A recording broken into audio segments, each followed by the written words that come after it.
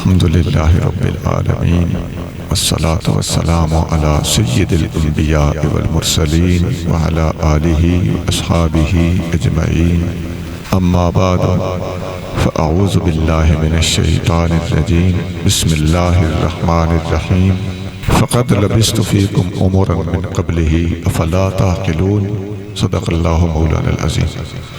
درود پاک پڑھی اللہم صلی علی سیدنا و مولانا محمد وعلی آل سیدنا و مولانا محمد وبارک وسلم۔ الصلاة والسلام علیکہ یا سیدی یا رسول اللہ وعلی آلکہ و اصحابکہ یا سیدی یا حبیب اللہ۔ واجب الاحترام معزز مکرم کثیر التعداد علماء اکرام، میں ایک عالم دین کا اگر نام لوں، جناب قبلہ ڈاکٹر غلام مرتضیٰ صاحب، ان کے برادر گرامی حضرت علامہ محمد فیاض صاحب، جناب حضرت قبلہ علامہ احمد بخش صاحب، حضرت علامہ گلزیب صاحب، حضرت قبلہ علامہ حافظ نصر اللہ صاحب، جناب قبلہ پیر محمد علی قاسمی صاحب، اللہ تعالیٰ ان سب کا علماء کا سایہ سلامت رکھے اور ان سے مستفید فرمائے، اور ان کے علاوہ دیگر حاضرین محفل، آپ لوگوں نے اس وقت تک بیٹھ کر نبی کریم رؤوف رحیم صلی اللہ علیہ وآلہ وسلم سے اپنی والہانہ محبت اور وابستگی کا جو مظاہرہ کیا ہے اور ثبوت دیا ہے، میری دعا ہے اللہ آپ کا یہ بیٹھنا قبول فرمائے۔ آج محفل میلاد میں بیٹھے ہیں، اور میلاد شریف اہل سنت کا معمول ہے، طریقہ کار ہے۔ نبی کریم صلی اللہ علیہ وآلہ وسلم کی شان بڑھانے والی باتیں کرنی چاہیے، اور ہر وہ بات کرنی چاہیے جس سے نبی کریم صلی اللہ علیہ وآلہ وسلم کی محبت مسلمانوں کے دلوں میں بڑھے۔ حضور کی محبت بڑھانے والی باتیں کرنی چاہیے، حضور کی محبت گھٹانے والی باتیں نہیں کرنی چاہیے۔ عزیزو، ایسا بھی ہے کہ میلاد بھی اہل سنت مناتے ہیں، لیکن سیرت بھی ہم ہی مناتے ہیں، اور کبھی کبھی نبی کریم صلی اللہ علیہ وسلم کی سیرت کا ذکر بھی کرنا چاہیے۔ تو میلاد کی اہمیت اور محبت رسول کریم صلی اللہ علیہ وآلہ وسلم کے حوالے سے میلاد منانے کا استحباب، یہ تو میں نے اختصار سے عرض کر دیا، لیکن آئیے آج ہم نبی کریم صلی اللہ علیہ وسلم کی سیرت طیبہ پر مختصر سی گفتگو کرتے ہیں۔ پہلی بات تو یہ ہے کہ نبی کریم رؤوف رحیم صلی اللہ علیہ وسلم کی سیرت طیبہ کے اوپر پوری دنیا میں اتنی کتابیں لکھی گئی ہیں، آج تک کسی اور شخصیت کی شان میں، حالات زندگی پر، سیرت پر، احوال پر، پوری کائنات میں اتنی کتابیں نہیں لکھی گئی جتنی ہمارے نبی کریم صلی اللہ علیہ وسلم کی سیرت پر لکھی گئی۔ یہ ایک بہت بڑا امتیاز ہے، بہت بڑا خاصہ ہے، اور بہت بڑی عظمت اور شان ہے۔ دوسری گزارش یہ ہے کہ میں آپ لوگوں سے ضرور درخواست کروں گا کہ نبی کریم صلی اللہ علیہ وسلم کی سیرت پر کوئی نہ کوئی کتاب آپ کے گھر میں ہونی چاہیے۔ بھائی، محبت کا ہم دم بھرتے ہیں کہ نہیں؟ ہم دعویٰ رکھتے ہیں کہ نہیں؟ تو پھر ہمارے ہی گھر میں باوجود اس کے کہ ہم حبدار بھی ہوں، آقا کریم صلی اللہ علیہ وسلم کی سیرت پر کوئی کتاب نہ ہو، یہ بڑے دکھ کی بات ہے۔ میں نے کئی اور جگہ پر بڑے مجمع میں لوگوں سے ہاتھ کھڑے کرائے کہ ہاتھ کھڑا کرو کس کے گھر میں حضور صلی اللہ علیہ وسلم کی سیرت پر کتاب ہے، تو آپ یقین کریں گے کہ سٹیج والے لوگ صرف ہاتھ کھڑا کرتے تھے، کیونکہ وہ تو علماء ہوتے ہیں، اور عوام میں سے کبھی کوئی بھی ہاتھ کھڑا نہیں کرتا، کبھی اکا دکا بندے ہاتھ کھڑا کرتے ہیں۔ معاف کرنا، میں آپ لوگوں کی تعریفیں کرتا رہوں، آپ ابھی تک بیٹھے ہو، آپ عاشق ہو، آپ سچے ہو، آپ یہ ہو، آپ وہ ہو، یہ باتیں میں نے پہلے کی ہیں، بالکل ٹھیک کیا ہے، لیکن معاف کرنا، اگر آپ میں سے کسی کے گھر میں حضور کی سیرت پر کوئی کتاب نہیں ہے تو آپ اپنے عشق کی تلاشی لیں، آپ کے عشق میں کمزوری ہے، منہ پہ کہہ دینا چاہیے، لیکن بات اپنے بھائیوں کو، بچوں کو، عزیزوں کو خود سمجھا رہا ہوں، کسی غیر کو ہم اجازت نہیں دیں گے کہ ہمیں آ کے سمجھائے، ہم نے اپنے بچوں کو، بھائیوں کو، عزیزوں کو خود سمجھا دیا۔ میں آپ کو ایک کتاب بتاتا ہوں، آپ کے گھروں میں ہو تو بڑی اچھی بات، کئی کتابیں ہیں، ایک کتاب بتاتا ہوں، سیرت مصطفیٰ، بولیں کیا نام ہے؟ علامہ عبد المصطفیٰ اعظمی صاحب کے لکھی، میری اپنی بھی ہے سیرت پر، میں نے وہ نہیں بتائی لیکن وہ ہے عربی میں، پھر بھی شاید میں یہی بتاتا تاکہ کوئی یہ نہ سوچے کہ اپنی کتاب بتانے آ گیا۔ حضرت علامہ عبد المصطفیٰ اعظمی صاحب کی کتاب ایک ہی جلد ہے، اتنی موٹی ہے، پوری سیرت مصطفیٰ اس کے اندر موجود ہے، اور کتاب کا نام بھی سیرت مصطفیٰ ہے۔ خریدو گے؟ کچھ نہیں ہوتا، میلاد کی محفل میں آنے کے لیے چندے کے طور پر آپ نے 100 200 500 1000 کئی بندوں نے اس سے زیادہ دیے ہوں گے، دیگ پکانے کے لیے حصہ ڈالا ہوگا، ماشاءاللہ، لیکن یارا محبوب کریم صلی اللہ علیہ وسلم کی سیرت پر ایک کتاب بھی خرید لو۔ میری ساری تقریر ایک طرف، اس کتاب کی ترغیب دے کر آپ کو سیرت کا مطالعہ کرنے کا شوق دلانا یہ ایک طرف۔ اب آگے چلیے، نبی کریم صلی اللہ علیہ وسلم کی جو دنیاوی زندگی ہے، آقا تو زندہ ہی زندہ ہے، ظاہری طور پر جو آپ نے زندگی گزاری ہے اس کے 3 اہم حصے ہیں۔ 40 سال کا عرصہ، 40 سال تک آپ نے اعلان نبوت نہیں فرمایا، اس کے بعد 13 سال کا عرصہ، یہ 13 سال آپ نے مکہ شریف میں گزارے، اس کے بعد 10 سال کا عرصہ، یہ 10 سال آپ نے مدینہ منورہ میں گزارے، اس کے بعد آپ نے وصال پر ملال فرمایا، دنیا سے رخصت ہوئے، پردہ فرمایا۔ تو 40 13 اور 10، یہ میں 3 حصے آپ کے سامنے مختصر طریقے سے رکھنے لگا ہوں۔ آقا کریم صلی اللہ علیہ وآلہ وسلم نے 571 عیسوی میں اس دنیا کے اندر قدم رکھا، آپ جلوہ افروز ہوئے، آپ کی ولادت ہوئی۔ آقا کریم صلی اللہ علیہ وآلہ وسلم جیسے ہی پیدا ہوئے، پیدا ہونے سے پہلے آپ کے والد گرامی کا سایہ سر سے اٹھ چکا تھا۔ پھر آپ نے 4 سال تک حضرت حلیمہ سعدیہ کے پاس دودھ پیا، 6 سال کی عمر شریف ہوئی، والدہ ماجدہ کا بھی وصال ہو گیا، 8 سال کی عمر تک آپ کو دادا جان نے پالا، 8 سال کی عمر شریف ہوئی، دادا جان حضرت عبد المطلب رضی اللہ تعالیٰ عنہ کا بھی وصال ہو گیا۔ اس کے بعد آپ نے اپنے چچا کے پاس پرورش پائی، اور اس دوران سب سے زیادہ پرورش میں کردار آپ کی دودھ پلانے والی والدہ، دودھ پلاتی والدہ حضرت ام ایمن نے سب سے زیادہ کردار ادا کیا۔ یہ کتابوں میں صراحت ملتی ہے۔ آپ نے 3 خواتین کا دودھ پیا اپنے والدہ ماجدہ کے علاوہ۔ نمبر 1 حضرت حلیمہ سعدیہ، نمبر 2 حضرت سویبہ، نمبر 3 حضرت ام ایمن رضی اللہ تعالیٰ عنہ، ان کا دودھ پیا۔ اس کے بعد نبی کریم رؤوف رحیم صلی اللہ علیہ وآلہ وسلم نے ایک عرصے تک تجارت بھی فرمائی، اور 14-15 سال کی عمر مبارک میں تجارت کا سفر کیا۔ انجان لوگوں نے، جن کو تھوڑی بہت تورات زبور انجیل کی شناخت تھی، ان لوگوں نے بھی آپ کو دیکھتے ہی کہا کہ یہ ہستی عام ہستی نہیں ہے۔ 25 سال کی عمر مبارک ہوئی، آقا کریم علیہ الصلوۃ والتسلیم نے نکاح فرمایا، اور نکاح کا پیغام حضرت خدیجہ الکبریٰ نے خود بھیجا۔ آپ کے سامان کی تجارت آپ نے کی، اور حضرت خدیجہ الکبریٰ نے آپ کی ایمانداری، شرافت اور کاروبار میں آپ کی وجہ سے برکت یہ دیکھی، تو آپ نے خود پیغام نکاح بھیجا۔ حضرت خدیجہ الکبریٰ کی عمر مبارک اس وقت 40 سال تھی، اور آپ صلی اللہ علیہ وسلم کی ان سے نکاح ہوا تو اعلان نبوت سے پہلے حضرت خدیجہ الکبریٰ میں سے 4 بیٹیاں حضور کی پیدا ہوئی، اور 2 بیٹے پیدا ہوئے۔ ایک صاحبزادے آپ کے حضرت ابراہیم رضی اللہ تعالیٰ عنہ بھی ہیں، وہ حضرت ماریہ قبطیہ میں سے پیدا ہوئے۔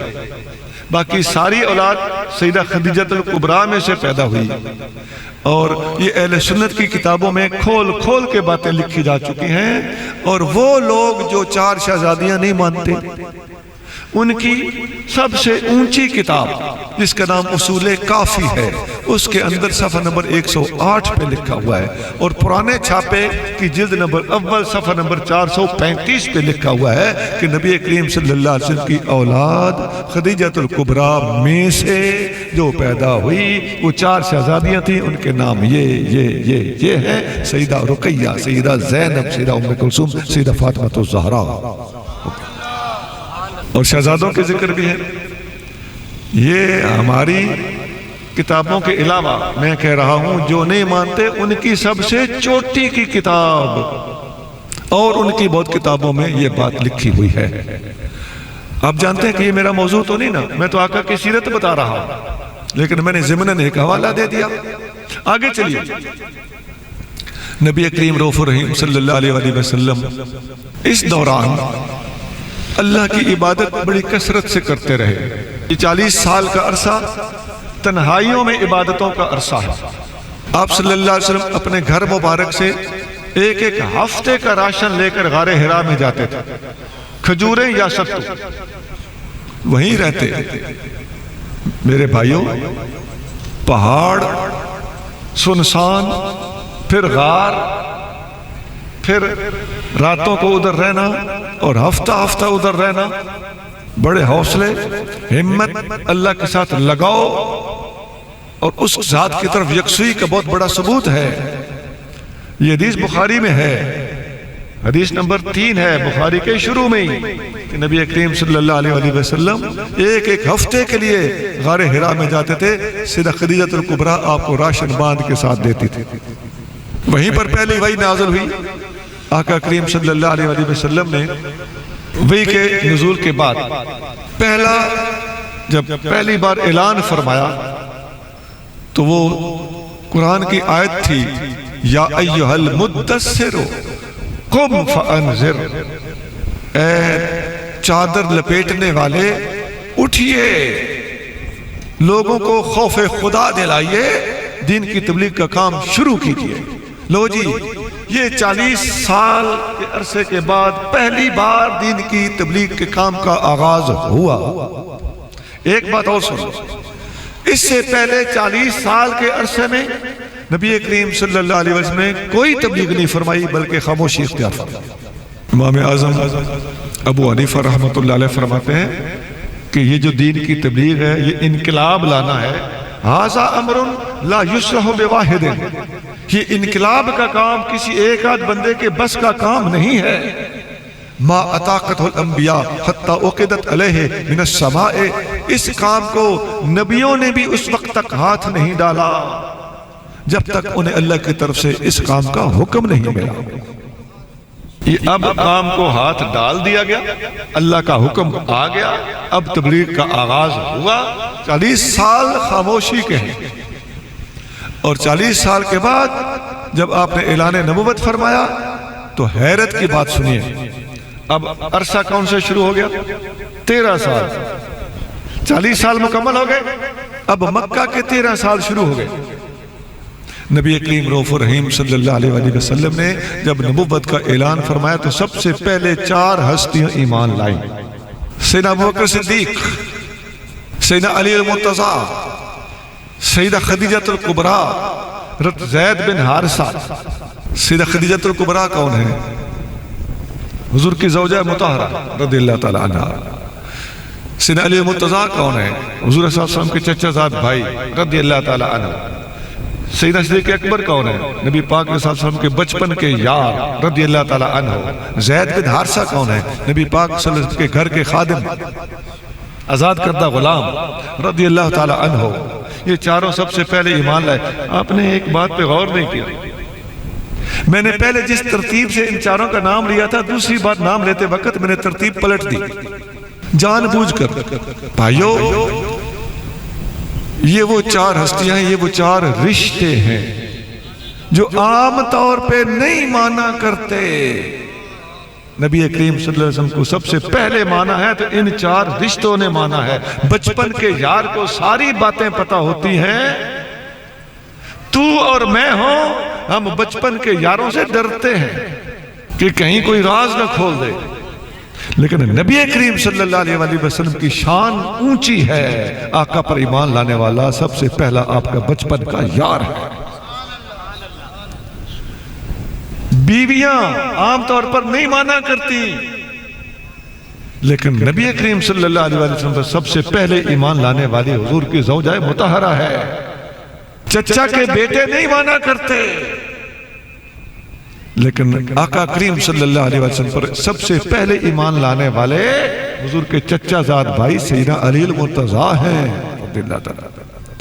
اور گھر کے نوکر کو بھی اندر کا بھی پتہ ہوتا ہے اور باہر کا بھی پتہ ہوتا ہے، آئے کا بھی پتہ ہوتا ہے، گئے کا بھی پتہ ہوتا ہے، اونچ کا بھی پتہ ہوتا ہے، نیچ کا بھی پتہ ہوتا ہے. لیکن یہ تو اور میں ہوں تو ہمیں یہ دھڑکا رہتا ہے. لیکن محبوب کریم صلی اللہ علیہ وسلم پر ایمان لانے والوں میں بھی سب سے پہلے نمبر آپ کے خادم کا ہے. تو یہ سب سے پہلے ایمان لانے والے 4 ہستیاں ہیں جو نہیں مانا کرتے لیکن یہاں مان گئے. یہ باتیں ذہن نشین کرتے جائیں، اپنے آقا کی شان سمجھتے چلے جائیں، ساتھ ساتھ سوچتے جائیں کہ یہ ہستی، یہ ہم ادھر بیٹھ کے محفل میلاد منا رہے ہیں، ہم تو مسلمان ہیں، پہلی آقا کے غلام ہیں. خدا کی قسم آقا کی یہ عظمتیں ہم غیر مسلموں کے سامنے رکھیں، غیر مسلم اگر انصاف سے سوچے گا کلمہ پڑھنے پہ مجبور ہو جائے گا. اس طرح کی گفتگو کیا کرو. آپ کی تقریر کا ایک لیول ہونا چاہیے. یہ محلے کے جھگڑے لے کے زیادہ بیٹھے رہتے ہیں. انٹرنیٹ کا دور ہے، بین الاقوامی گفتگو کر. تیرے محبوب نبی صلی اللہ علیہ وسلم کی شان آفاقی شان ہے، یہ دیہاتی شان نہیں ہے. آپ صلی اللہ علیہ وسلم کی رسالت، عظمت اور شان کی لپیٹ میں پوری کی پوری کائنات ہے. آفاق ہیں، آسمان ہیں، زمین ہے، سولر سسٹم ہے، ساری کی ساری کائنات ہے اور وجود ہستی. اس کے بعد نبی کریم صلی اللہ علیہ وسلم نے اپنے باقی رشتہ داروں کو ڈرایا، خوف خدا دلایا. قرآن کی آیت ہے انذر عشیرتک الاقربین، اے محبوب اپنے قریبی رشتہ داروں کو، خاندان کے لوگوں کو خوف خدا دلائیے. آقا علیہ السلام نے کوہ صفا پہ کھڑے ہو کر سارے قریشیوں ہاشمیوں کو دعوت دی، ایک ایک کا نام بھی لیا. نبی کریم صلی اللہ علیہ وسلم نے جب اپنی تبلیغ کا دائرہ وسیع کیا تو مخالفتیں بھی ہوئیں، رد عمل بھی ہوئے. آقا علیہ السلام نے 3 سال شیب ابی طالب کے اندر گزارے.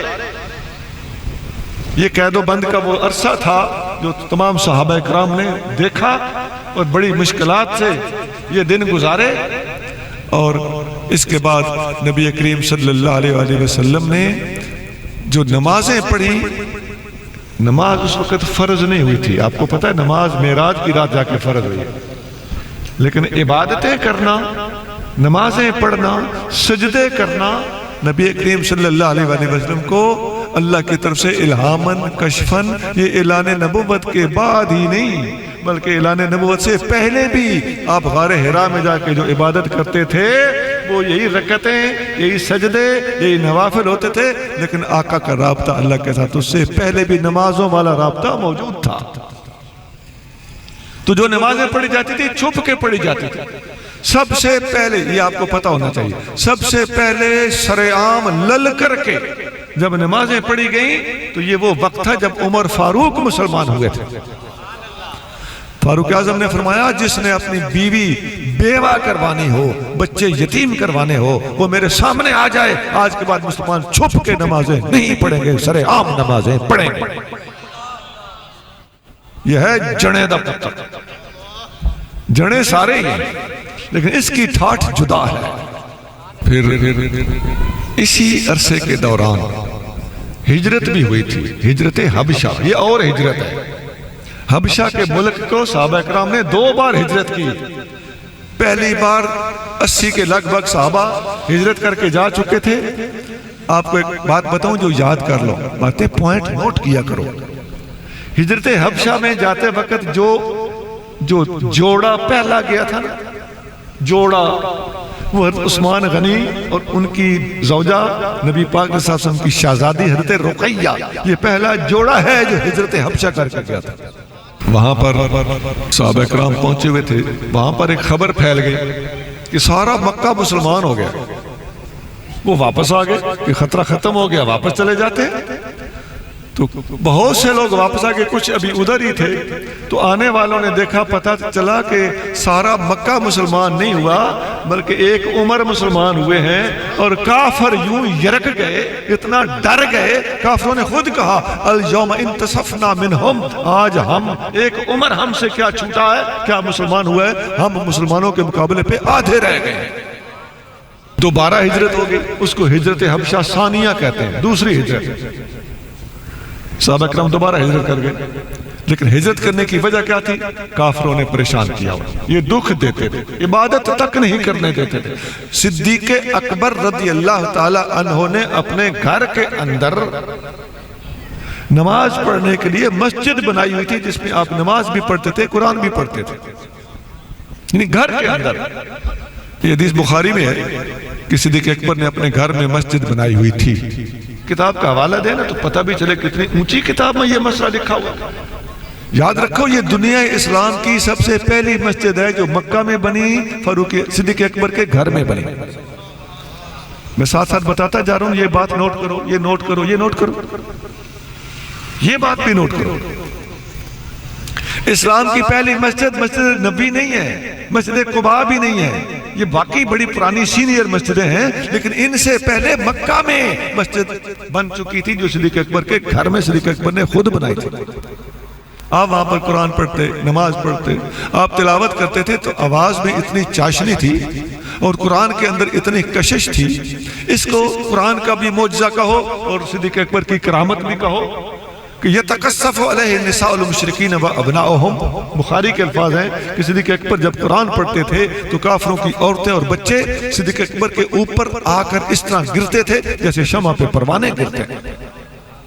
بالکل یہ لفظ ہے کتاب کے، یتکسف علیہ، پروانہ وار گرتے تھے۔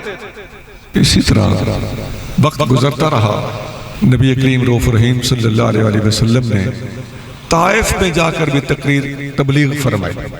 طائف کے لوگوں نے جو دکھ دیے، آپ جب طائف گئے تو یہ بھی بات نوٹ کرو، صرف آپ کے ساتھ حضرت زید بن حارثہ تھے۔ جدا ہر صحابی کی جدا شان ہے۔ زید بن حارثہ واحد صحابی ہیں، یاد رکھو، جن کا نام باقاعدہ قرآن میں موجود ہے، اور کسی کا باقاعدہ نام قرآن میں نہیں ہے۔ نام باقاعدہ سورۃ احزاب میں حضرت زید بن حارثہ کا موجود۔ اس صحابی کی بھی، جیسا میں نے بتایا، سب کی شانیں جدا جدا ہیں، ان کی بھی بکری شان ہے، ایمان لانے میں بھی پہلی 4 ہستیوں میں شامل ہیں، اور اس سفر میں ان کا حضور کے ساتھ ہونا بہت بڑا وصف امتیازی ہے، بہت بڑی شان ہے۔ آقا علیہ السلام، اما عائشہ صدیقہ سے پوچھا گیا کہ حضور صلی اللہ علیہ وسلم پر سب سے سخت وقت کون سا تھا؟ وہ مختلف کتابوں میں 2 وقت لکھے ہوئے۔ ایک وقت جب آقا علیہ السلام کعبہ شریف میں عبادت کرنے کے لیے داخل ہوئے اور 7-8 کافر کعبے کے باہر بیٹھے، آپ سے جھگڑ پڑے، بہت کٹھن وقت وہ بیان کیا گیا۔ دوسرا سب سے سخت وقت وہ جب آپ نے طائف میں جا کر تبلیغ کی اور ان لوگوں نے نبی کریم صلی اللہ علیہ وسلم کو زخمی کیا، سر مبارک کا خون قدمین شریفین تک جا رہا تھا۔ سنا آقا کریم صلی اللہ علیہ وسلم نے جتنی ہمارے اوپر محنت کی ہے نا، ہم آقا علیہ السلام پر درود پڑھ پڑھ کے بھی آقا علیہ السلام کے احسانوں کا بدلہ نہیں چکا سکتے۔ اب اتنی تکلیف اٹھانے کے بعد واپس تشریف لائے۔ آقا علیہ السلام ایک دن کعبہ شریف کے اندر نہایت دکھے ہوئے دل کے ساتھ سو گئے۔ اللہ تعالیٰ نے جبریل امین کو فرمایا، میرا محبوب نہایت تکلیف دہ حالت میں، دکھی دل کے ساتھ، پریشانی کے عالم میں میرے گھر میں آ کے سو گیا ہے، جبریل جائیے میرا سلام بھی دیجئے اور میرے پاس آنے کا پیام بھی دیجئے، میں اپنے محبوب کی خود دلجوئی کرنا چاہتا ہوں۔ حبیب کریم صلی اللہ علیہ وسلم کو معراج نصیب ہوئی اور نبی کریم رؤوف رحیم صلی اللہ علیہ وسلم عرشوں پہ گئے۔ وہ آپ واقعہ معراج کے دنوں میں علماء سے سنتے رہتے ہیں۔ اسی معراج کے دوران آپ کو نماز بھی عطا ہوئی اور دن گزرتے رہے۔ ہوا اس طرح کہ مدینہ شریف سے کچھ لوگ حج کرنے کے لیے کعبہ شریف میں آئے، مکہ شریف میں آئے، نبی کریم صلی اللہ علیہ وسلم نے ان کو اسلام کی دعوت دی، 6 بندوں نے اسلام قبول کر لیا، اگلے سال وہ پھر آئے، پھر 12 بندوں نے اسلام قبول کر لیا، اور ساتھ ہی دعوت بھی دے گئے کہ محبوب آپ مکہ چھوڑیے، آپ ہمارے پاس تشریف لے آئیے۔ اب صحابہ کرام کے لیے اللہ نے ایک نیا باب، ایک نیا دروازہ کھول دی۔ آپ علیہ السلام نے ہجرت کی ٹھان لی۔ ایک حدیث بخاری وغیرہ میں ہے، نبی کریم صلی اللہ علیہ وسلم صبح شام بلا ناغا، دوبارہ کہوں، صبح اور شام ہر روز بلا ناغا صدیق اکبر کے گھر تشریف لے جاتے۔ ایک دن آپ اپنی عام روٹین سے ہٹ کے تشریف لے گئے، صدیق اکبر سمجھ گئے، فرمایا ابو بکر ہجرت کا حکم ہو چکا، عرض کیا حضور رفاقت، فرمایا آپ ساتھ ہو گئے۔ نبی کریم صلی اللہ علیہ وسلم کے لیے صدیق اکبر نے ایک ڈاچی خریدی ہوئی تھی، ایک اپنے لیے، ایک حضور کے لیے، 2 ڈاچیاں خریدی، ان کو 3 مہینوں سے لانگی کھلا رہے تھے، ککر کی لانگی۔ ککر کی لانگی کھلانے کا فائدہ یہ ہوتا ہے کہ لانگی طاقت دیتی ہے، موٹاپا نہیں دیتی ہے۔ سفر کے لیے ایسی سواری چاہیے تھی، اور اونٹ نہیں پکڑا، آپ نے ڈاچیاں لی تاکہ سواری کی سواری ہو اور دودھ پینا پڑے تو دودھ بھی انہی سے لے لیں۔ یہ حضور کی خدمت کی والی سوچ دیکھو، صدیق اکبر خدمت کی انتہا پر ہے۔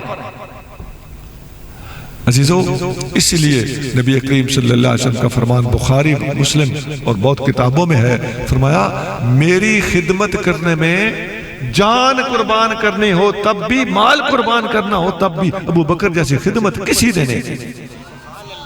ان امن الناس علیہ بنفسہ ومالہ ابو بکر۔ ہجرت کی رات آئی، رخت سفر باندھا گیا۔ صدیق اکبر کے گھر کے بچے کو اس بات کا پتہ ہے کہ ہجرت ہو رہی ہے، لیکن رازدار لوگ تھے۔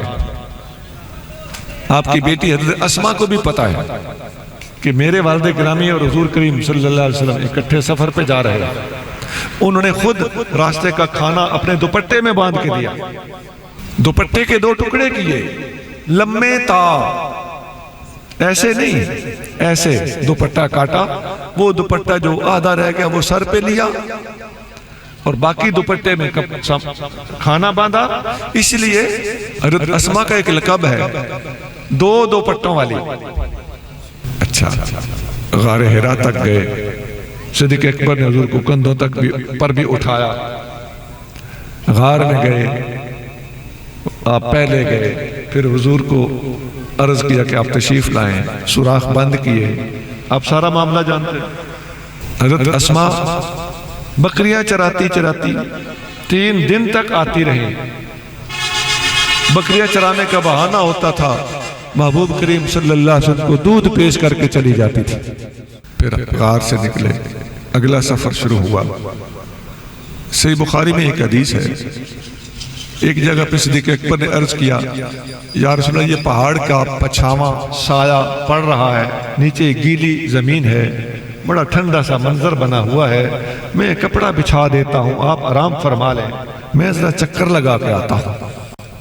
حضور صلی اللہ علیہ وسلم کو وہاں پہ آرام کرایا، چادر بچھائی، نیچے گیلی مٹی تھی، ٹھنڈی سی اے سی جیسا منظر بنا ہوا تھا، آقا آرام فرما ہوئے۔ صدیق اکبر ادھر ادھر گئے، ایک بکریوں والا ملا، اس سے پوچھا تم کس کے ہو، کس کی بکریاں چراتے ہو؟ صدیق اکبر بڑے انفلوئنشل اور سوشل آدمی تھے، بڑی واقفی تھی آپ کی، آپ نے پہچان لیا کہ یہ کس کا ہے، اس نے بتایا میں فلاں کا ہوں، آپ نے فرمایا میں اسے جانتا ہوں، تعارف ہوا، فرمایا دودھ شدھ کچھ بکریوں میں ہے، اس نے کہا جی دیکھ لیں ہے تو دو لیں۔ آپ نے ایک برتن میں پانی ڈالا، ٹھنڈا پانی، اس برتن کا منہ باندھا، اس بندے سے کہا کہ بکری کی کھسری کو جھاڑو، اس نے کھسری جھاڑی، پھر فرمایا اب اپنے ہاتھ جھاڑو، اس نے اپنے ہاتھ جھاڑے، پھر فرمایا اس بکری کا دودھ اس برتن کے اندر دو ہو، میں برتن پکڑتا ہوں، آپ نے برتن پکڑا جس کے نیچے ٹھنڈا پانی، منہ کے اوپر کپڑا، دودھ دوہا گیا، برتن لبریز ہوا، آپ نے بس کرا دیا اور نبی کریم صلی اللہ علیہ وسلم کے پاس دودھ لے کر گئے۔ آقا کو عرض کیا حضور دودھ پیجئے، آقا نے دودھ پیا۔ صدیق اکبر فرماتے ہیں حضور نے دودھ پیا حتی رضیتو، حتیٰ کہ میں راضی ہو گیا۔ ایک حدیث میں آتا ہے حتی ارتویتو، حضور نے دودھ پیا حتیٰ کہ میں رج گیا۔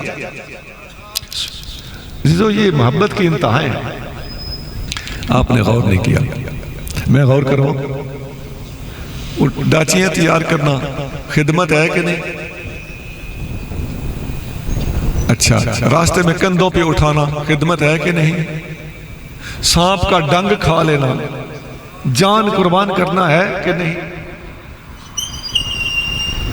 اور یہاں پہنچ کر وہ جو کپڑا حضور کے نیچے بچھایا تھا وہ کہاں سے آیا تھا؟ پتہ چلتا ہے خادم خدمت کرنی جانتا ہے، حضور کے لیے کپڑا ساتھ لیا ہوا تھا۔ اور وہ جو برتن تھا وہ کہاں سے آیا؟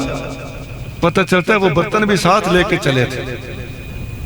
محبوب کریم صلی اللہ علیہ وسلم کو بتایا تک نہیں، لیکن خدمت کا سارا سامان پاس ہے، اور برتن کا منہ باندھنے کے لیے کپڑا الگ ہے۔ پھر ٹھنڈا پانی کہاں سے آیا؟ اس جنگل میں، پہاڑ میں، پتہ چلتا ہے پانی ساتھ لے کے چلے ہوئے تھے۔ پھر وہ جو اس آدمی سے کہا کہ بکری کی کھسری جھاڑو، پتہ چلتا ہے کہ نفیس محبوب کو نفاست پسند تھی، بکری کی کھسری جھاڑو، پھر اپنے ہاتھ جھاڑو، صفائی کا اہتمام دیکھا، اور پھر برتن کے منہ پہ کپڑا باندھا ہوا ہے۔ اتنی صفائی ہو گئی تھی، اب کپڑا باندھنے کی مزید کیا ضرورت تھی؟ پتہ چلتا ہے کہ جس محبوب کے جسم پہ اللہ نے مکھی نہیں بیٹھنے دی، اس جسم کی طہارت کے آداب صدیق اکبر سے بڑھ کر کوئی نہیں جانتا۔ ایک بات اور کرتا ہوں، آقا کریم صلی اللہ علیہ وسلم ہجرت کے لیے رخصت ہوئے، اپنے بستر پہ کس کو چھوڑا؟ سیدنا علی المرتضیٰ رضی اللہ تعالیٰ عنہ کو اپنے بستر پہ چھوڑا، اور اس رات حضور کے بستر پہ سونا سوکھا کام نہیں تھا۔ اپنے آپ کو دشمن کے سامنے پیش کرنا، موت کے حوالے کرنا، یہ کسی جرت والے کا ہی کام ہو سکتا ہے۔ علی المرتضیٰ رضی اللہ تعالیٰ حضور کے بستر پہ سوئے، حضور کے لیے جان پیش کر دی، اور صدیق اکبر حضور کے ساتھ گئے اور سانپ کا ڈنگ کھا کے حضور پر اپنی جان قربان کر دی۔ قربان جائیں اس پر جو بستر پہ سویا، اور قربان جائیں اس پر جو حضور کے ساتھ چلا۔ راستے میں ہجرت کا جو سفر تھا، اس راستے میں بڑے اچھے اچھے واقعات پیش آئے۔ سراقہ کا واقعہ پیش آیا، ام معبد کا واقعہ پیش آیا، حضرت بریدہ اسلمی کا واقعہ پیش آیا۔ حضرت بریدہ اسلمی 70 بندوں سمیت مسلمان ہوئے راستے میں۔ اور جب آقا کریم میں مختصر کر گیا ہوں، سیرت کی کتاب پڑھ لینا، سراقہ کا واقعہ کیا ہے، ام معبد کی بکری کا واقعہ کیا ہے۔ حضرت بریدہ اسلمی مدینہ شریف میں داخلے کے موقع پہ حضور کا راستہ روک کے کہتے ہیں حضور اس طرح نہیں، بڑی شان سے لے جاؤں گا اپنے محبوب کو۔ آگے حضرت بریدہ اسلمی لگے، اپنے نیزے پہ اپنی پگڑی اتار کر باندھی اور اونچا کیا تو جھنڈا بن گیا۔ یہ جھنڈا لے کے آگے چلے، حضور کی سواری پیچھے ہے، سواری کے پیچھے وہ 70 سے زیادہ لوگ جو مسلمان راستے میں ہوئے تھے، وہ حضور کے ساتھ جلوس کی شکل میں مدینہ شریف میں داخل ہو رہے ہیں۔ مدینہ شریف میں پہنچے، اس طرف نعتیں ہو رہی ہیں، اس طرف نیزوں کا کھیل ہو رہا ہے، سامنے نعرے لگ رہے ہیں، 3 طرح کے 3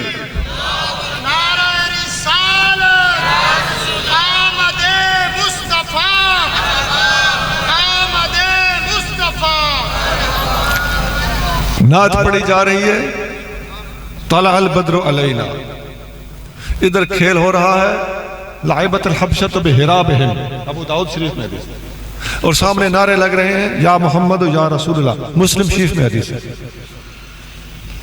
اور یہ سارے کا سارا منظر بریدہ اسلمی والا سارا معاملہ الوفا میں علامہ ابن جوزی نے نقل کیا۔ میں نے ساری کتابوں کے سارے حوالے دے دیے۔ مدینہ شریف میں پہنچے، لوگ استقبال 3 دن سے لوگ آ کے چلے جاتے تھے رات میں کہ آج بھی نہیں پہنچے، آج بھی نہیں تشریف لائے، بڑا شوق تھا۔ انس بن مالک رضی اللہ تعالیٰ عنہ فرماتے ہیں کہ جس دن نبی کریم صلی اللہ علیہ وسلم مدینہ منورہ ہجرت کر کے پہنچے، میں نے اتنا زیادہ روشن دن نہیں دیکھا۔ اور جس دن نبی کریم صلی اللہ علیہ وسلم نے پردہ فرمایا میں نے اس سے بڑھ کر اندھیرا دن نہیں دیکھا۔ عزیزو، یہ ان عاشقوں کی آقا کے ساتھ محبت کے مختصر مناظر تھے۔ اور وہ جو نعرے لگا رہے تھے نا، یا محمد یا رسول اللہ، آپ فقیر کی نعت لوگوں سے شاید سنتے ہوں گے، شروع سے پوری امت کا ہے نعرہ یا رسول اللہ، بڑی تحقیق سے ہم نے پکارا یا رسول اللہ۔ صحیح مسلم میں لکھا ہے، یہ وہ حدیث ہے، صحیح مسلم میں لکھا ہے صحابہ نے لگایا تھا مدینہ کے گلی کوچوں میں نعرہ یا رسول اللہ۔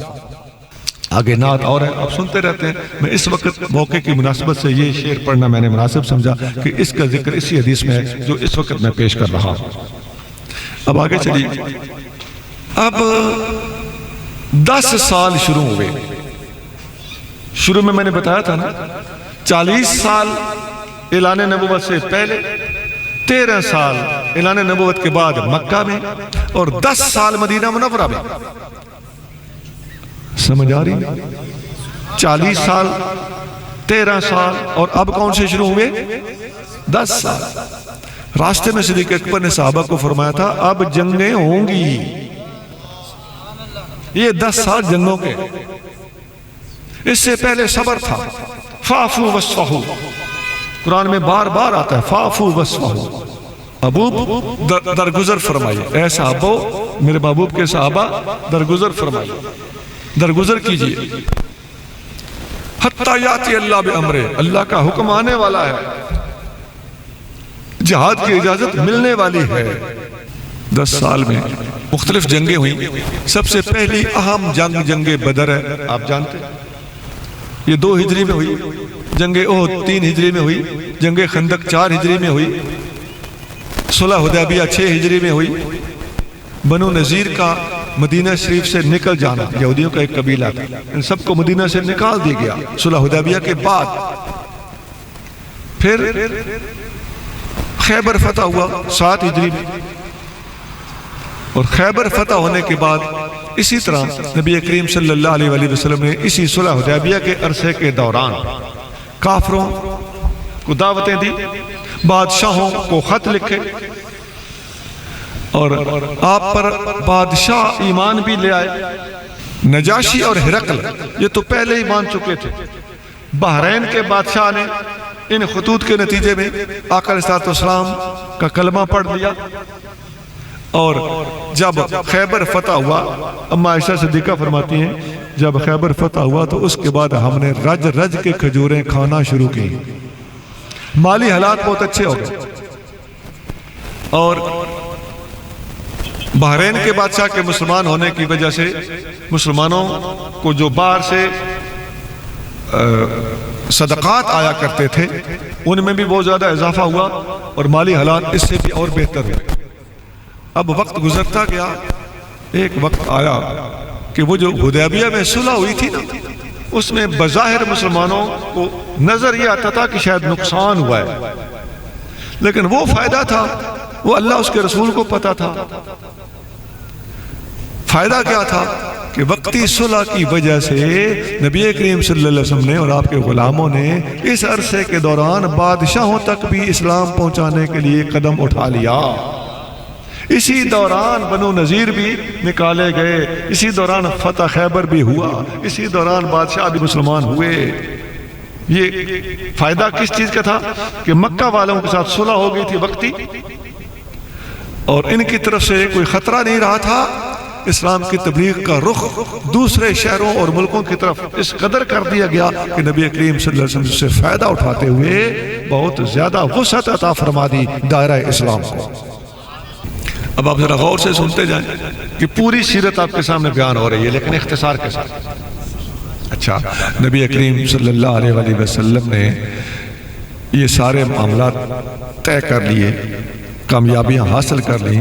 اتنے میں ہوا یہ کہ مکہ والوں کے ساتھ جو صلح ہوئی تھی اور ایک معاہدہ طے پایا تھا کہ تم یہ نہیں کرو گے، ہم یہ نہیں کریں گے، مکہ والوں نے وہ غلطی کر دی جو انہوں نے نہیں کرنی تھی، اور جس کے نتیجے میں اب صلح ٹوٹتی تھی۔ اب صلح ٹوٹ جانے ہی میں مسلمانوں کا فائدہ تھا۔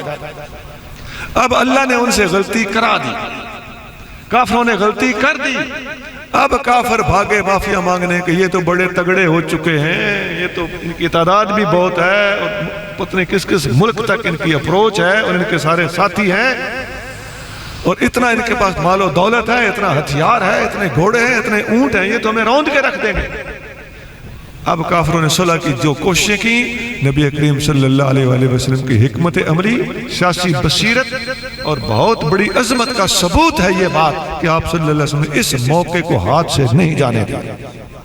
فرمایا اب تم نے غلطی کی ہے، اس دن ہم نے تمہاری ساری شرطیں مان کر اپنے اوپر کتنا کچھ سہا تھا وہ ہمیں پتا ہے، آج تم نے غلطی کی ہے، اب تم اس کا خمیازہ بھگتنا ہوگا۔ بالکل وقت کا یہ تقاضا تھا کہ اب حضور ان کو معاف نہ کرتے۔ آقا علیہ السلام نے مکہ کو فتح کرنے کی تیاری کی اور وہ جو کبھی کبھی 313 ہوتے تھے نا، مکہ فتح کرنے کی باری آئی تو وہ 10,000 ہو چکے تھے۔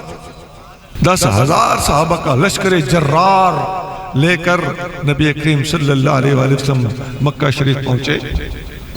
مختلف صحابہ کے خلاف انصاریوں کا جھنڈا الگ، صحابہ کا اپنا مہاجرین کا جھنڈا الگ الگ صحابہ کے پاس، اور نہایت پرامن طریقے سے مکہ فتح ہوا۔ صرف چند آدمی گنتی کے کافروں کے مارے گئے، مسلمانوں کا کوئی نقصان نہیں ہوا اور بلا مزاحمت مکہ فتح کر لیا گیا۔ ایک بات سنو، مسلم شریف میں ایک حدیث ہے، نبی کریم صلی اللہ علیہ وآلہ وسلم نے فرمایا جو کعبے میں چلا گیا اسے معافی ہے، جو ابو سفیان کے گھر میں جا کے چھپ گیا اسے بھی معافی ہے، جس نے اپنے گھر کا دروازہ بند کر لیا اسے بھی معافی ہے، اور کسی بدلے کے لینے سے آپ علیہ السلام نے انکار کر دیا۔ فرمایا جس طرح میرے بھائی یوسف نے اپنے بھائیوں سے کہا تھا لا تثریب علیکم اليوم، آج تمہارے اوپر کوئی گرفت نہیں ہے، کوئی پکڑ نہیں ہے، کوئی جرمانہ نہیں ہے، کوئی سزا نہیں ہے، کوئی بدلہ نہیں لیا جائے گا، فرمایا میں بھی مکہ والوں تمہیں یہی کہتا ہوں جو یوسف نے بھائیوں کو کہا تھا۔ مکہ فتح ہو گیا جی۔ ویسے جس جگہ پہ چھپ جانے والے کو معافی ہو گئی وہ جگہ بھی بڑی مقدس ہے کہ جس طرح کعبے میں چھپنے والے کو معافی ہے، اسی طرح فرمایا ابو سفیان کے گھر میں چھپنے والے کو بھی معافی۔ اور حدیث کہاں ہے؟ مسلم شریف میں۔ آقا علیہ السلام نے مکہ فتح کرنے کے بعد پھر حج بھی کیا۔ ایک حج کا امیر حضرت ابو بکر صدیق کو بنایا۔ اس سال حضور نے حج نہیں کیا، صدیق اکبر کو حج کا امیر بنا کے بھیجا، پھر اگلے سال خود حج فرمایا۔ اعلان ہو گیا، بخاری مسلم میں حدیث آتی ہے، جابر بن عبداللہ رضی اللہ عنہ روایت کرتے ہیں اور بھی متعدد صحابہ سے روایت ہے، میں اس کی بات کر رہا ہوں جو یہ روایت ہے۔ صحابہ کرام میں ایک شور اٹھا کہ حضور حج پہ جا رہے ہیں، حضور حج پہ جا رہے ہیں۔ سبحان اللہ، دنیا اسلام امڑ کر آ گئی۔ 1,14,000 صحابہ کرام حضور صلی اللہ علیہ وسلم کے ساتھ حج کے لیے تیار ہیں، اور ویسے صحابہ کرام کی تعداد لگ بھگ 1.25 لاکھ۔ یہ سارے حج کے لیے تیار ہوئے۔ نبی کریم صلی اللہ علیہ وسلم نے وہاں پر حج پڑھایا، خطبہ حجۃ الوداع دیا، اور حجۃ الوداع کا خطبہ اس وقت دنیا کے اندر ایک عظیم مثال کے طور پر کفار بھی مان چکے ہیں۔ یاد رکھنا اس وقت بھی اقوام متحدہ کے چارٹر کے اندر نبی کریم صلی اللہ علیہ وسلم کا خطبہ حجۃ الوداع شامل ہے۔ مجھے پتہ نہیں تھا، میں نے سنا ہوا تھا کہ یہ شامل ہے۔ ہمارے ایک دو بزرگ ہیں، حضرت پیر کرنل الطاف محمود صاحب، یہ لیفٹنٹ کرنل ریٹائرڈ ہیں، بڑے صالح آدمی ہیں۔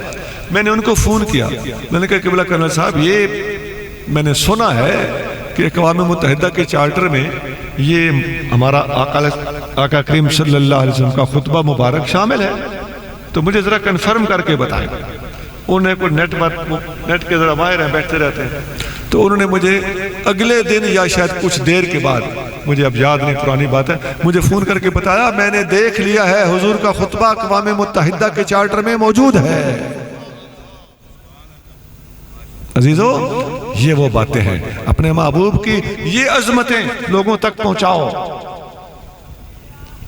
یہ شانیں سن کر خدا کی عظمت کی قسم اگر ہم بتانے والے بنے، ٹرمپ سوچنے پہ مجبور ہو جائے گا، مودی یہ باتیں سن کے ایک دفعہ گھوم جائے گا، نیتن یاہو سوچوں میں مبتلا ہو جائے گا، دنیا کے منکرین اور ملحدین نبی کریم صلی اللہ علیہ وسلم کی شان کے سامنے جھکنے پر مجبور ہو جائیں گے، بشرطے کہ اس وقت امت مسلمہ اپنے محبوب نبی صلی اللہ علیہ وسلم کی عظمتوں کے چرچے کرنے کا سلیقہ جان جائے۔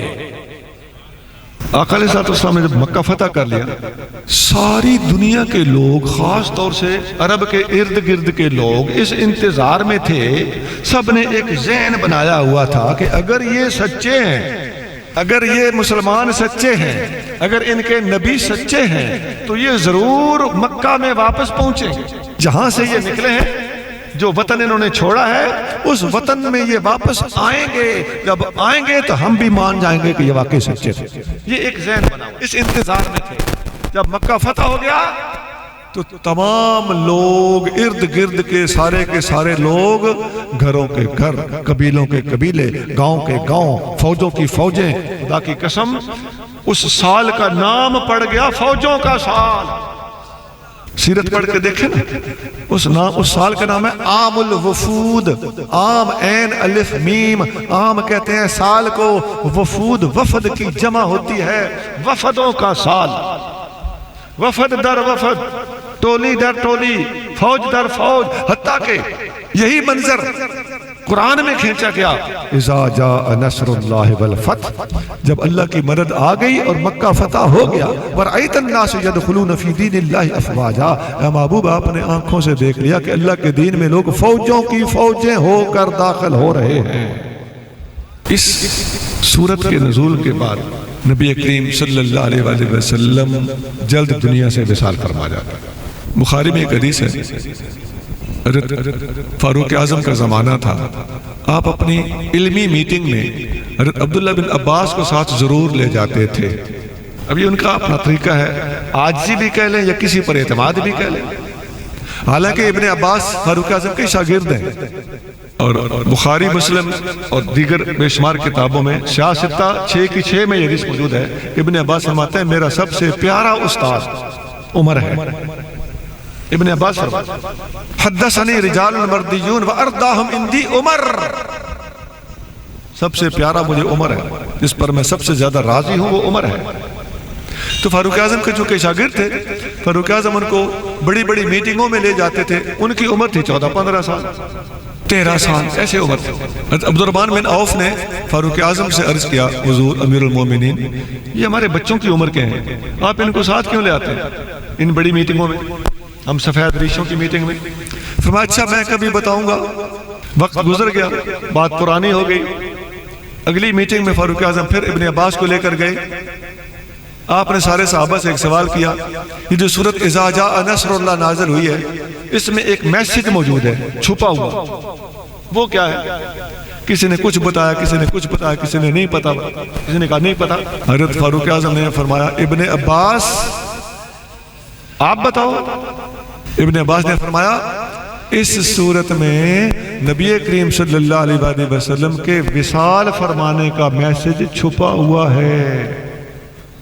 فاروق اعظم نے فرمایا جواب ٹھیک ہے، یہ وجہ ہے کہ میں اسے ساتھ لے آتا ہوں۔ ایک حدیث میں آتا ہے لہو قلب عقول ولسان سعول، ابن عباس وہ لائق نوجوان ہے کہ اس کے پاس پوچھنے والی زبان ہے اور سمجھنے والا دل ہے، یہ مجھ سے پوچھتا رہتا ہے۔ عزیزو، وصال شریف کا میسج آپ نے سن لیا۔ آقا کریم صلی اللہ علیہ وسلم دنیا سے پردہ فرمانے لگے، آخری وقت ہے، آخری دن ہے، اپنے کاشان اقدس میں موجود ہیں۔ ام المومنین سیدہ عائشہ صدیقہ رضی اللہ تعالیٰ عنہا کے ساتھ نبی کریم صلی اللہ علیہ وسلم نے ٹیک لگائی ہوئی ہے۔ اتنے میں سامنے سے عبد الرحمن بن ابی بکر صدیق حاضر ہوئے۔ عبد الرحمن اما عائشہ صدیقہ کے بھائی، ان کے ہاتھ میں مسواک تھی۔ پتہ چلتا ہے صحابہ اپنے ہاتھوں میں مسواک رکھتے تھے، مسواک سے اتنی محبت تھی۔ پھر نبی پاک علیہ السلام نے مسواک کی طرف غور سے دیکھا۔ اما جان نے پوچھا حضور مسواک چاہیے؟ فرمایا چاہیے۔ اما جان نے اپنے بھائی سے مسواک لے لی، مسواک اپنے دانتوں میں چبائی، چبا کے حضور کو پیش کی۔ اما جان فرماتے ہیں حضور نے بڑی سنوار کے مسواک کی، اور اما جان بڑا فخر کرتی تھی کہ آخری وقت میں میرے منہ کا لعاب بذریعہ مسواک حضور کے منہ مبارک میں چلا گیا۔ سبحان اللہ۔ آپ علیہ السلام نے اس وقت اہل بیت سارے موجود ہیں، صحابہ کرام بہت سے موجود ہیں، انس بن مالک پاس ہیں، عبد الرحمن بن ابی بکر صدیق، ابھی میں نے نام لیا اور وجہ بتائی، اس دلیل دی، ساتھ پاس ہیں، اما عائشہ صدیقہ پاس ہیں، سیدہ زہرا پاک رضی اللہ تعالیٰ عنہ پاس ہیں، حضرت علی المرتضیٰ رضی اللہ تعالیٰ عنہ پاس ہیں۔ ان سب کے نام مجھے منصوصاً یاد ہیں، یہ پاس ہیں۔ نبی پاک علیہ السلام نے حضرت علی المرتضیٰ رضی اللہ تعالیٰ عنہ کو فرمایا، اے علی کاغذ اور قلم لے آؤ، میں آخری وقت میں کچھ لکھ دوں، میرے بعد بھٹکو گے نہیں۔ حضرت علی المرتضیٰ حدیث کو روایت کرتے ہوئے فرماتے ہیں، میں نے دل میں سوچا کہ کہیں میں کاغذ قلم ڈھونڈتا رہ جاؤں تو حضور کا وصال نہ ہو جائے۔ عرض کی حضور آپ زبانی بتائیں، میں یاد کر لوں گا۔ آقا نے فرمایا میں زبانی بتا دیتا ہوں۔ فرمایا اوصیکم بالصلاۃ والزکاۃ وما ملکت ایمانکم، میں تمہیں وصیت کرتا ہوں کہ میرے بعد نماز پڑھتے رہنا، زکوٰۃ دیتے رہنا اور غریبوں کا خیال رکھنا، غلاموں کا خیال رکھنا۔ لو جی، یہ آقا کی آخری وصیت۔ کاغذ قلم مانگا تو آخری وقت میں بھی مانگا، اور یہاں بھی کاغذ قلم نہ ملا، لیکن آقا نے وہ راز کھول دیا کہ میں تمہیں نماز، زکوٰۃ اور غلاموں کا خیال رکھنے کی وصیت کرتا ہوں۔ اچھا، اب آپ کے لیے اور میرے لیے اللہ کرے پریشانی نہ بنے، خوشی ہو، نماز پڑھنی چاہیے، آقا کی آخری وصیت ہے نا۔ پڑھو گے نماز، سچے عاشق بن کے دکھانا۔ آج کے بعد حضور صلی اللہ علیہ وسلم کی سیرت طیبہ آپ نے ساری سن لی ہے، آخری وصیت حضور کی ہو تو جس نے اپنے محبوب کا نمک کھایا ہو نا، وہ اسے حلال کرے گا۔ نمک پہلے ہی حلال ہے، نمک حلال کرنا اور ہوتا ہے، مطلب ہوتا ہے اس کا کہ وفا کرنا۔ نماز پڑھو بھائیو، اگر مالدار ہو تو زکوٰۃ دو، اگر تھوڑا بھی پیسہ ہے تو بوئے اور دروازے پہ آنے والے فقیر کو نفرت سے دھتکار نہ دو، جو کچھ سردہ جردہ ہے اس کو کچھ نہ کچھ دے کے واپس کرو۔ آپ نے دیکھا کہ سیرت طیبہ کے 3 حصے میں نے کر کے آپ کے سامنے ساری تقریر رکھی۔ 40 سال، آگے بولیے، 13 سال، پھر 10 سال۔ اب ایک جملہ سن لو، 40 سال خاموشی، 40 سال کوئی تبلیغ نہیں ہوئی، 40 سال خاموشی، 13 سال برداشت، 13 سال برداشت، اور 10 سال جنگیں۔ جنگیں کتنی ہوئی؟ 27۔ کتنی؟ غزوات جن میں حضور نے خود حصہ لیا صلی اللہ علیہ وسلم، ان کی تعداد 27 ہے، جن میں آقا صلی اللہ علیہ وسلم خود نہیں گئے، صحابہ کو بھیجا کہ میرے جانے کی ضرورت نہیں ہے۔ ان جنگوں کی تعداد 77 ہے۔ بولو کتنی؟ غزوات 27 اور سریے 77۔ آپ بھی بولیں کتنے غزوے؟ 27۔ اور جن جنگوں میں آقا خود نے تشریف لے گئے، صحابہ کو بھیجا، ان کی کتنی تعداد ہے؟ 77۔ سبق یاد ہو گیا؟ 40 سال خاموشی، 13 سال برداشت اور 10 سال جنگیں۔ اللہ تعالی ہمیں اپنے محبوب صلی اللہ علیہ وسلم کی سیرت کو سمجھنے کی، اپنے کردار میں اس کے مطابق تبدیلیاں لانے کی، اور نبی پاک نے صلی اللہ علیہ وسلم کی عظمتوں کے ڈنکے سارے عالم میں پہنچانے کی توفیق عطا فرمائے۔ سبحان ربک رب العزت عما یصفون وسلام علی المرسلین والحمد للہ رب العالمین۔